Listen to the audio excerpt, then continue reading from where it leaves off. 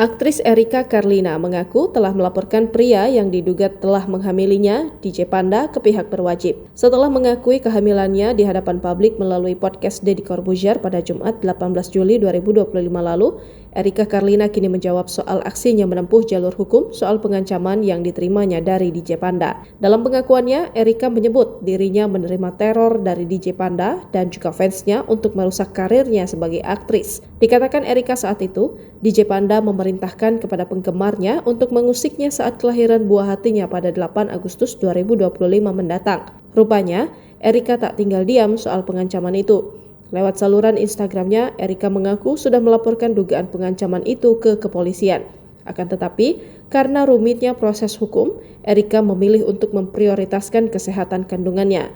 Pihaknya mengaku sengaja tidak membuat postingan apapun soal laporan tersebut. Kendati demikian, Erika menyebut proses hukum telah berjalan.